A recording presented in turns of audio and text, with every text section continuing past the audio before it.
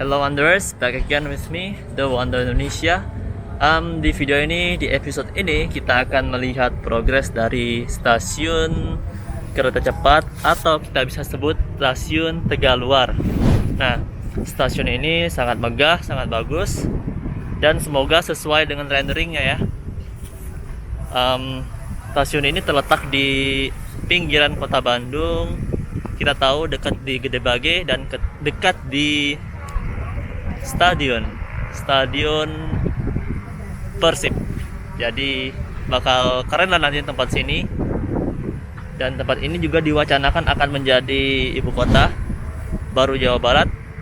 Dan semoga bangunan-bangunan yang ada di Jawa Barat ini semakin bagus dan semakin tertata. So, ayo kita lihat progres dari stasiunnya. Let's go.